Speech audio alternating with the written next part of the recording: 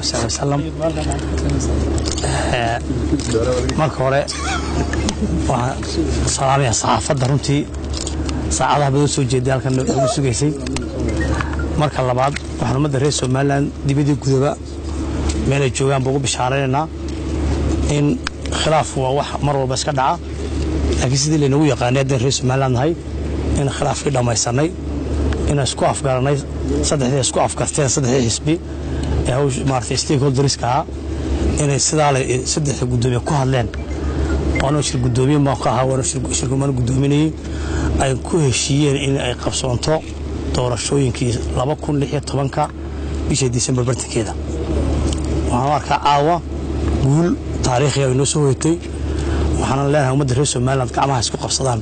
sida hawsha ugu wada shaqayn lahayn golayaasha qaranka ee khusayso iyo ma shacbiga inaan hawsha dhanagooda jeesano wixii khilaafaad iyo muran awal dhexdeena yaalina aynu dhaafno beesha caalamkana anagu ma hadnaqeynaa muddo dheer inaga soo shaqaynaysay doorashooyinka iyo waxyaabo kale humanitarian-kaaba in iyaguna hawsha ka nagala sii wadaan oo ay maartay nagu qabtaan nagu taageeraan go'aanka aanu wada qaadanay iyadoo aan jeclaysanay in mar walba aanu dhexdeena wax dhamaysano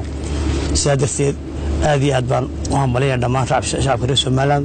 saddex gudoomiye iyo rag galbeed waxa la socday aad iyo aad baan u hambalyeeyaa runtii